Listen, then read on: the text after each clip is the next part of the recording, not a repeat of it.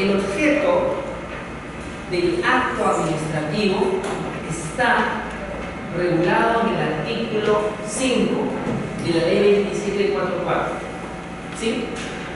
Y se señala lo siguiente: el objeto contenido del acto administrativo es aquello que decide, declara o certifica la autoridad.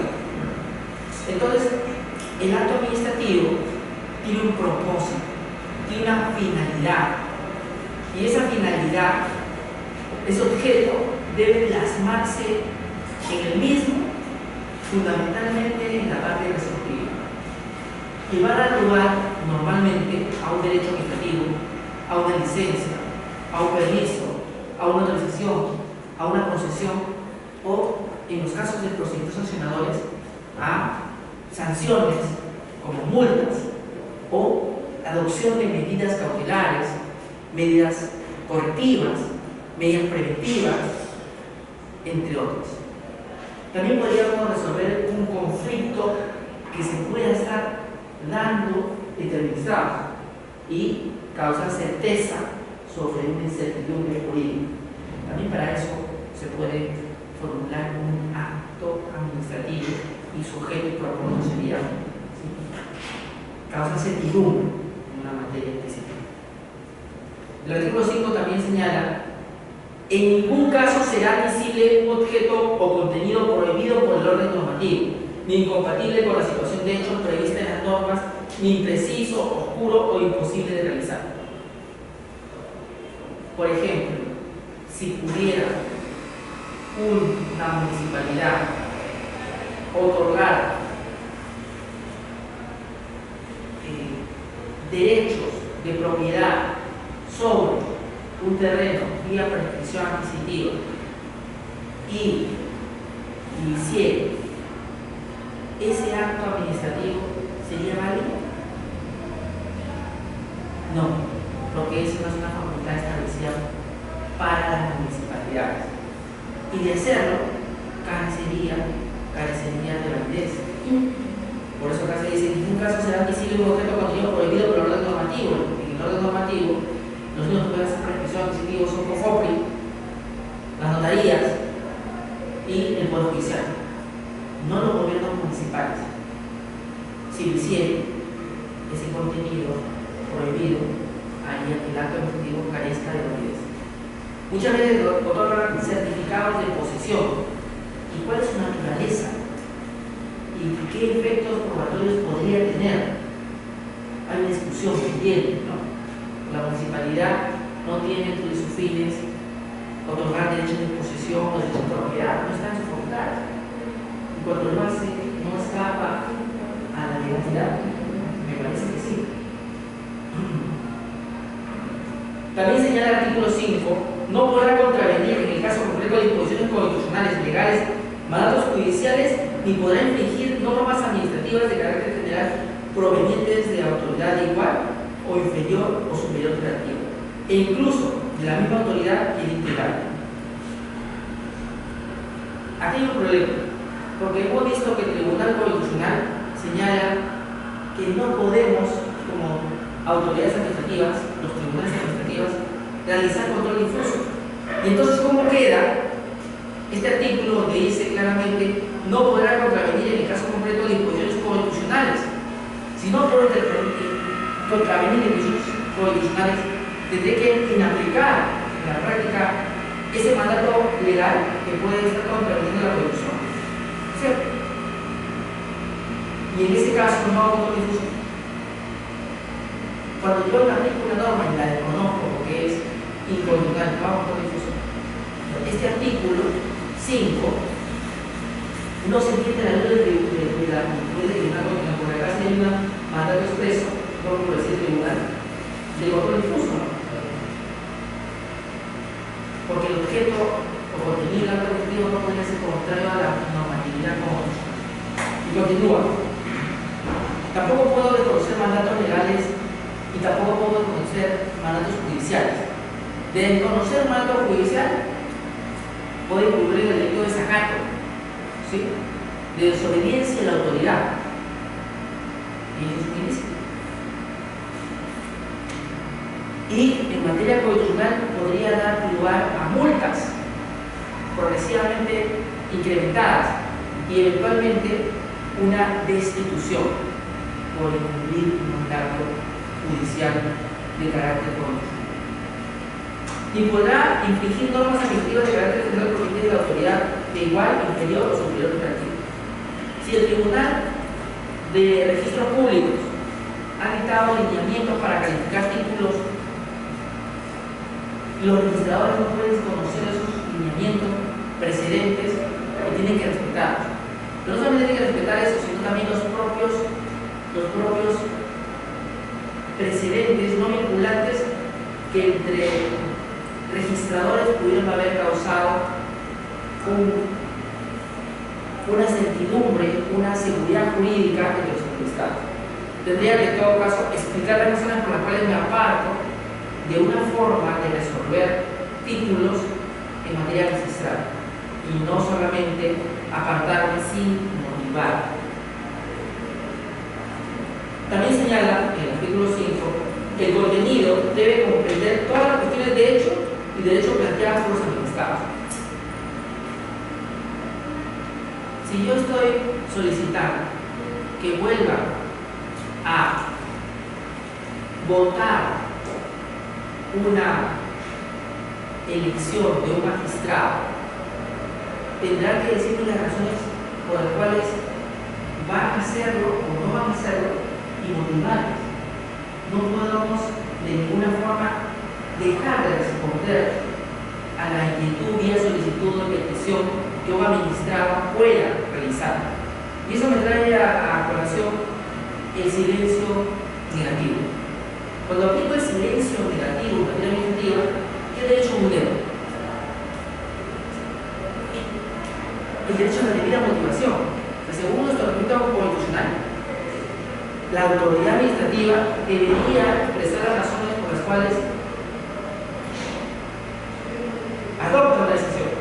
Y el silencio negativo, en los casos en que aparecen TUPA, texto único de procedimiento administrativo, implica negación de un derecho, de una licencia, de un permiso, de una protección, ¿no es cierto? No debe conocer las razones por las cuales me niegan ese derecho. Y el silencio negativo, en ese sentido, no pondrá el debido proceso a no expresar la debida motivación y las razones por las cuales se incorpora o no se incorpora un derecho. Claro, por eso que mi entender, independientemente del principio de celeridad que me podría ser el fundamento del silencio negativo para saber si continúa o no un procedimiento y cómo atenderme al resultado mismo, se vulnera el debido proceso y la debida motivación con aplicación del silencio negativo. Porque hay casos, Merly, donde la propia autoridad te dice, pero ya te respondí con el plazo vencido, entendía usted que estaba denegada su solicitud. Pero ¿y por qué me la has denegado? No, pero ya transcurrieron los 30 días, no entendiste que es silencio negativo, que es todo eso tu pago. Pero yo tengo derecho a saber las razones.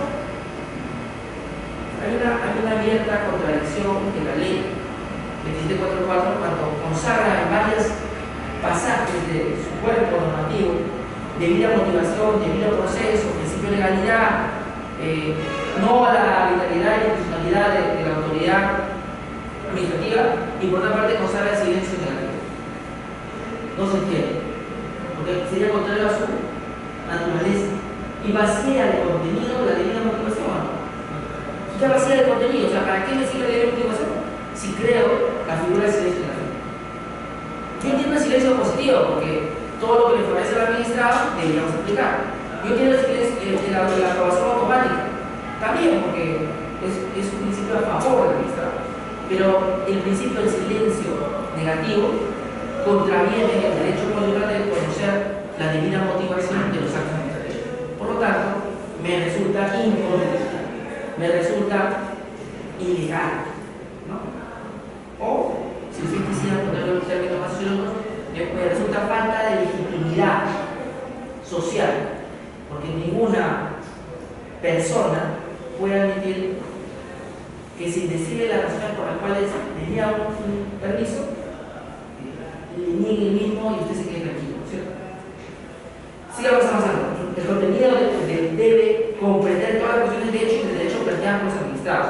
si yo me estoy pronunciando sobre un determinado fundamento jurídico, ese fundamento jurídico tiene que guardar relación con el hecho expuesto por el magistrado. No puede guardar relación con otro hecho no expuesto, salvo que sea un hecho notorio, o sea, conocido por todos. Pueden involucrar otras no propuestas por hechos que hayan sido apreciadas de oficio. Ustedes recordarán en este apreciar de oficio el supuesto en el cual la autoridad administrativa actúa como medio probatorio, no presente en el expediente, pero tiene la obligación de correr el reclamo administrado para que efectúe su descargo y pueda decir su parecer sobre el mismo. O sea, las pruebas de oficio no pueden aparecer en el expediente para ser válidas sin haber sido puestas en conocimiento del administrado directamente afectado con su moción. Está bien, la autoridad administrativa puede probar el oficio, pero esa prueba tiene que ser motivo de traslado al administrado. Eso es lo último que puede perjudicar. ¿No? Y dice, siempre que otorguen posibilidades de poner su posición administrado y en su caso aporten las pruebas a su favor. Recordarán el caso de, ¿se acuerdan? De los procesos del Estado, en el caso del control difuso que hacen los tribunales administrativos, en la sentencia famosa del tribunal que señala no control difuso para el tribunal administrativo colegiado de competencia nacional, analiza un caso en el cual no era materia de apelación el tema de habilitación de uno de sus ingenieros, y eso es lo que la autoridad actúa y no le permite hacer los descargos al administrado y vulnera su debido proceso y vulnera la debida motivación. ¿De acuerdo? Es un caso que planteamos acá en clase. El artículo 6 es el que quería volver. La motivación del acto administrativo. Vamos a detenernos en este punto. La motivación debe ser expresa mediante una relación completa y directa de los hechos probados relevantes del caso específico. Quiere decir que tiene que estar presente en la resolución sí o sí. Y te tiene que decir las razones exactas de por qué te otorga un derecho o por qué te quita ese derecho. Ese catálogo de relaciones tiene que guardar relación con una fundamentación jurídica y con los hechos expuestos, y esas consideraciones tienen que ser la motivación de una resolución, una parte resolutiva, igual de proporcionalidad y lógica jurídica con la parte resolutiva de la ley. ¿Sí? Yo pongo un hecho X, aplico la norma Y, eso tiene que guardar relación con la parte resolutiva. Si yo estoy diciendo que usted cumple todos los requisitos, que de acuerdo a la normatividad sobre licencias deberían otorgarse, y la parte resolutiva dice no al lugar, no entregamos la licencia, ¿tendría una debida motivación? No. A eso se refiere esa parte, que guarde razonamiento lógico jurídico, conexividad, una relación de causalidad, esa fundamentación, esa motivación. Quizás la parte más interesante de esta disposición esté en una de las cosas que el Tribunal Constitucional ha citado muchísimas veces en sus sentencias, y es el 6.3. No son admisibles como motivación las exposiciones de fórmulas generales o vacías de fundamentación para el caso concreto, o aquellas fórmulas que por su oscuridad, vaguedad, contradicción o insuficiencia no resulten específicamente esclarecedoras para la motivación de la ley. O sea, tengo que ser lo suficientemente claro con las razones por las cuales yo tomo una decisión para poder decir que hay una debida motivación. En el caso del fiscal Castañeda Segovia, le dicen que porque había algunos cuestionamientos a su persona no es nombrado. De acuerdo con un artículo de la Constitución, que cuando usted lo lee, dice, pero no tiene relación, ahí no habla de cuestionamiento. No se trata de poner cualquier base legal, no se trata de poner una base legal que aplique al caso, no se trata de dar cualquier hecho, sino que tiene que ser un hecho y una fundamentación pertinente al caso, y la parte resolutiva que tiene que guardar con el. Entonces Jesús, si le sacamos por favor, tiene que haber una motivación real. Motivación aparente, aquella que se refiere únicamente a normas, pero no explica cómo las aplica. Motivación aparente, transcripción de normas sin aplicar al supuesto de hecho. Motivación aparente, referencia a una norma que no tiene relación al caso. Motivación aparente, referencia a un hecho que no tiene relación con la norma. Motivación aparente, resolución que tiene una falta de considerandos con relación a lo resuelto en la parte resolutiva. Motivación aparente, aparición de fórmulas generales para muchos casos parecidos, sin explicar cómo en su caso particular aplicaría esa fórmula general. Esa es una motivación aparente que vulnera mi debido proceso. Vayamos ahora a la nulidad de los actos administrativos. Vamos a leer el artículo 10 de la ley 2744. El artículo 10 sostiene las causales de nulidad y dice así: son vicios del acto administrativo que causan su nulidad de pleno derecho los siguientes: la contravención a la Constitución, a las leyes o a las normas reglamentarias. Entonces, explícame por qué el Tribunal Constitucional no le da la posibilidad de hacer control difuso a los tribunales administrativos colegiados de carácter nacional, si ya hemos visto que en el artículo 10 y en el artículo 5 me señalan que la autoridad administrativa tiene que velar porque no se contravenga la Constitución. Y es más, si se contraviene la Constitución puede declarar nulo el acto administrativo. Ese es el control difuso. Entonces, ¿cómo entiendo esa sentencia del TC donde me dice que no lo puedo hacer? ¿Cómo entiendo esa sentencia del TC donde dice que las leyes generales administrativas no establecen que se va a comunicar? Pero es que, ojo, apliquen el principio de realidad.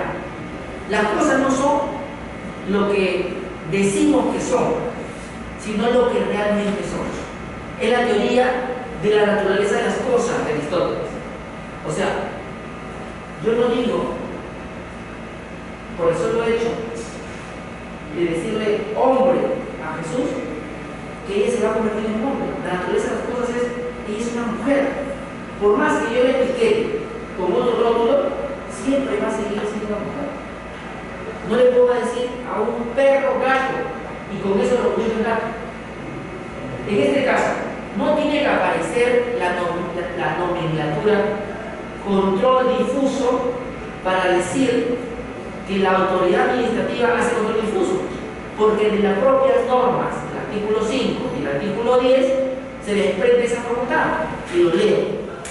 Artículo 5. En ningún caso será admisible un objeto o contenido prohibido por el orden normativo. ¿Sí? Y más abajo dice: no podrá contravenir en el caso concreto disposiciones constitucionales. Artículo 5.3. No podrá contravenir el objeto y contenido del acto administrativo de disposiciones constitucionales. ¿Eso qué es? Control difuso. Y el artículo 10 dice: son vicios del acto administrativo que causan nulidad de pleno derecho la contravención a la Constitución. Si yo estoy anulando un acto administrativo que contraviene la Constitución, ¿no estoy haciendo control difuso? No, es nulidad. Dios mío. No, pues.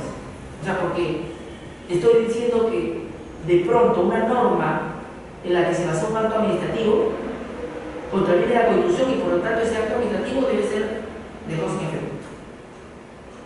¿Sí? La norma en la que se basa el acto administrativo es inconstitucional y como consecuencia de ello deja sin efecto el acto administrativo. ¿Sí? Entonces, eso es un control difuso. No, estás anulando, estás dejando sin efecto el acto administrativo, pero por razón de que la norma en la que se amparaba era contraria a la Constitución, porque se basó en una norma inconstitucional. Entonces, ese es mi parecer. Yo creo que acá el tribunal se equivoca porque el artículo 5 y 10 establece claramente la posibilidad de hacer una revisión de un acto administrativo de su constitucionalidad. Si contraviene el acto administrativo, la Constitución, y de contravenirlo, al carecer de legalidad y constitucionalidad, dejamos sin efecto. Y veamos, son vicios del acto administrativo que causan nulidad de pleno derecho. Nulidad de pleno derecho quiere decir que los efectos de la nulidad que fije la autoridad administrativa van a ser vigentes desde el momento mismo de la emisión del acto administrativo. Desde allí nació muerto. ¿Ven lo que están diciendo? Nació muerto. La contravención de la Constitución, las leyes son las normas reglamentarias. Cuando yo, como autoridad administrativa, declaro un acto administrativo nulo porque contraviene una disposición constitucional o la Constitución, estoy haciendo control difuso, porque estoy revisando la constitucionalidad y podría dejarse en efecto un mandato legal que contravenga la Constitución, implícitamente. Claro, también podría dejarse en efecto un acto administrativo que per se sea tan abominable que contravenga la propia Constitución, también. Pero ¿por qué no? También ese acto administrativo podría ser una norma inconstitucional y por lo tanto el acto que nace de este también sería inconstitucional. A las leyes, cuando hago un control de legalidad y descubro que en ese acto administrativo no se aplicó una ley, aplico el principio de legalidad y por el principio de legalidad y orden público declaro nulo el acto administrativo. Y las normas reglamentarias sectoriales. Vayamos a un caso bien evidente. Otorgué una concesión minera sin respetar la consulta previa, sin respetar la participación ciudadana. ¿Sí? ¿Esa concesión minera tiene visibilidad? Sí, porque la consulta previa es un derecho consagrado en la Constitución, en los tratados, punto 109, entre otros, de la OIT, y además tiene una ley, y además tiene un reglamento, y por lo tanto, pobre concesionario dejará sin efecto esa concesión porque el Estado debió consultar. Pero independientemente de eso, el concesionario, el titular del proyecto, hace un estudio de impacto ambiental donde omite la participación ciudadana y yo le doy el permiso de actividad para que inicie. Bueno, podría declarar nulo esa certificación ambiental porque necesitaba de participación ciudadana como un elemento clave para aprobar el estudio. También podría ser el caso en el cual ese estudio de impacto ambiental de este titular del proyecto requería de opinión técnica vinculante favorable del SERNAP, del Servicio Nacional de Áreas Protegidas, y no tuvo opinión favorable. Al contrario, desfavorable. ¿Podría dejarse en efecto la certificación ambiental? Sí, porque la propia disposiciones de espacio protegido dice que en casos en los cuales no cuente con la opinión favorable, ese otorgamiento de concesión o ese acto jurídico, acto administrativo, va a ser declarado nulo. De pleno derecho, dice, por lo cual va de la mano con usted. Es correcto. A efecto de la admisión de alguno de los requisitos de validez, si falta alguno de sus requisitos de validez, ¿también se puede declarar nulidad? Sí. ¿Cuáles son los requisitos de validez? ¿Cuáles son? ¿Cuáles son? Son 5. Competencia, objeto y contenido, finalidad pública, debida motivación y procedimiento regular. Si no están presentes los 5 elementos, ¿también es una razón de nulidad? Sí. ¿Sí? Si tiene una finalidad que no es pública, que es el interés en particular, tendrá una razón de nulidad. Le di la concesión a mi cuñado. Hay una falta de finalidad pública, claro, porque es personal, encubiertamente. Hice ganar a mi mejor amigo el concurso de jueces fiscales y yo era consejero. ¿A contravenir la finalidad pública? Sí. El contenido y el objeto. De pronto brindé un derecho administrativo en un lugar donde estaba prohibido hacer concesiones mineras y yo lo toqué igual. Contraviniendo el reglamento territorial del gobierno regional, de la municipalidad, igual lo hice. Sin participación ciudadana, igual lo hice. Sin control previo, igual lo hice. Ese objeto contenido es ilegal. Sí, es ilegal. Sigamos. Dice Los actos expresos o los que resulten como consecuencia de la aprobación automática o por silencio administrativo positivo por lo que se adquieran facultades o derechos cuando son contrarios al ordenamiento jurídico o cuando no se cumplen los requisitos de documentación o trámites esenciales para su emisión. El procedimiento de aprobación automática es un procedimiento que se inspira en la celeridad.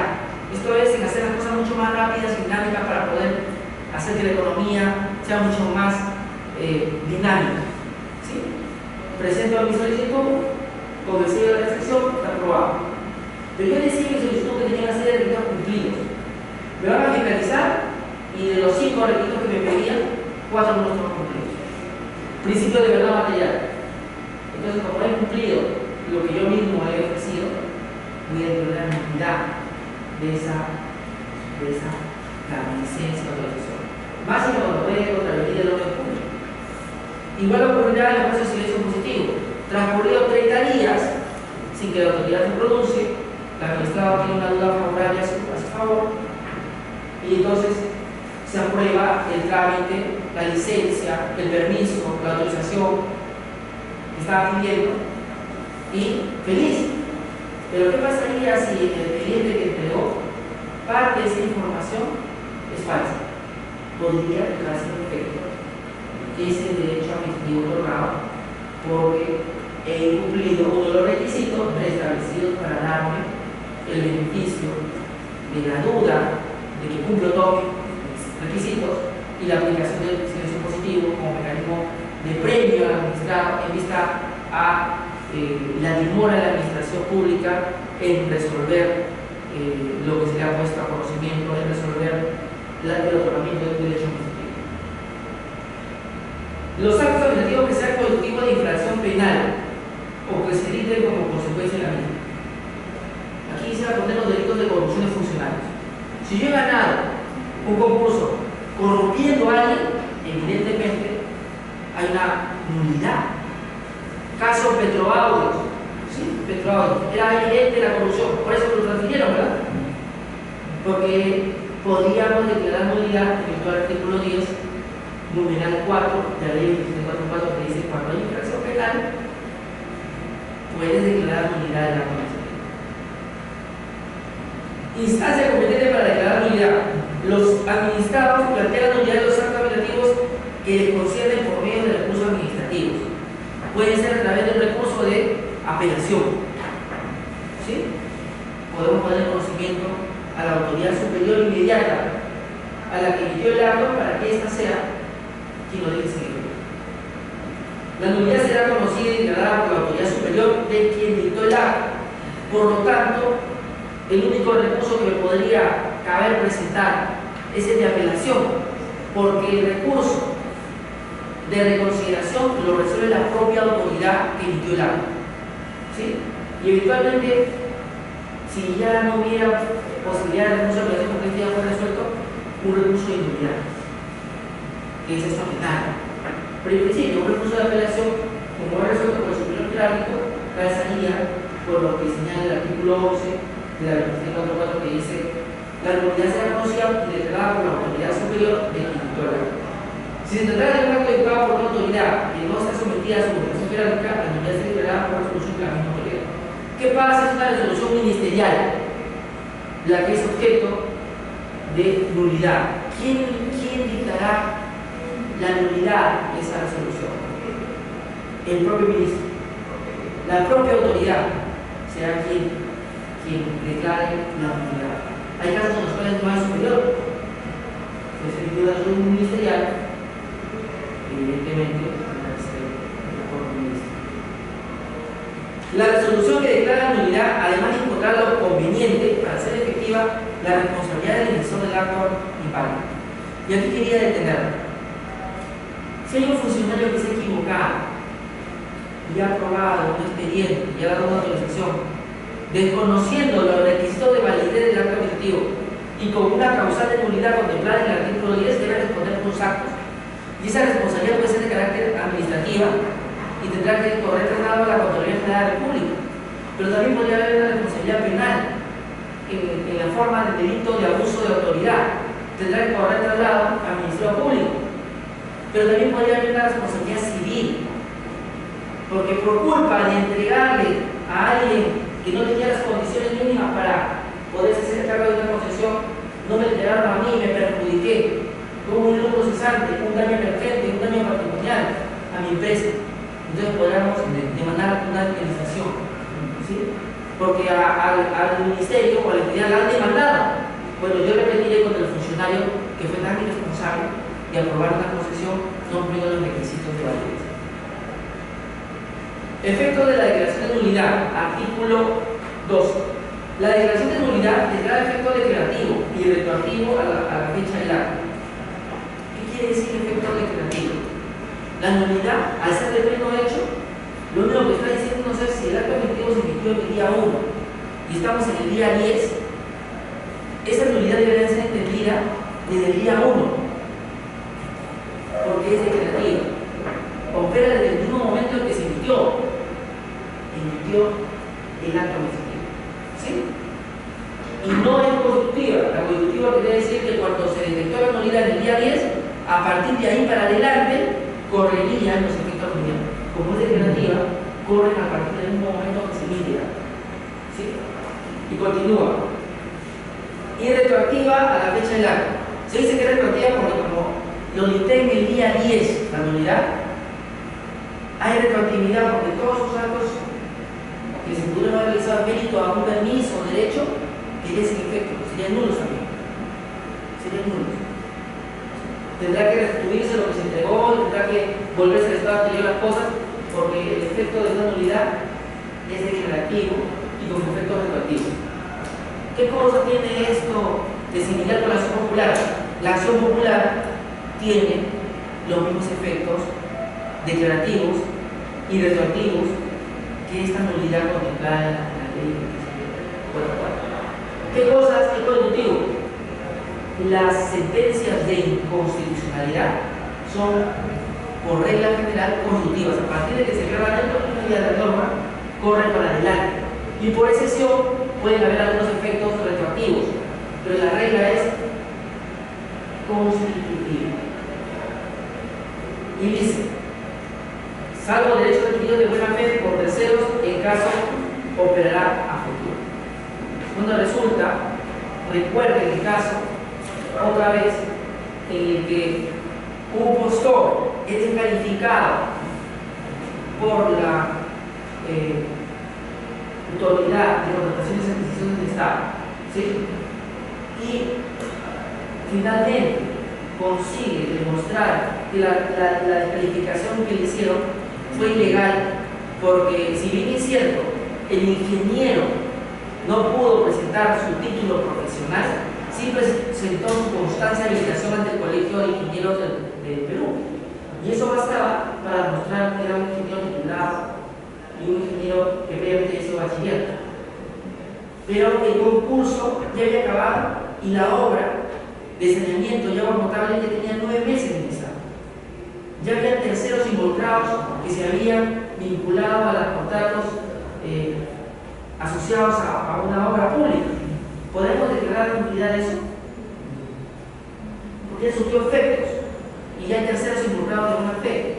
En ese caso, no. Por eso es que acá se señala, salvo en que haya terceros de buena fe involucrados. ¿Sí? Si hay terceros de buena fe involucrados, lamentablemente esa declaración de nulidad de pleno derecho, con efectos retroactivos, no operará. Y el caso de los concursos públicos es evidente. Yo puedo ganar una apelación, yo puedo ganar un amparo, pero cuando ya voy a hacerlo efectivo, no es posible, porque hay una irreparabilidad del derecho conculcado en la zona que ya se consumó. ¿Sí? Ya se consumó. Imaginemos que yo fuera un candidato a consejero regional. Litigo en materia administrativa y consigo que al 4º año declare que yo era efectivamente el ganador de las elecciones de hace 4 años.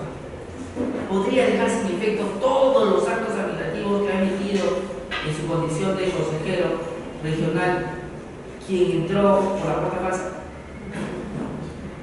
Habría una irreparabilidad en ese derecho. A eso se refiere. O sea, a veces no voy a poder hacer posible una retroactividad y una nulidad de menos derecho y un efecto declarativo.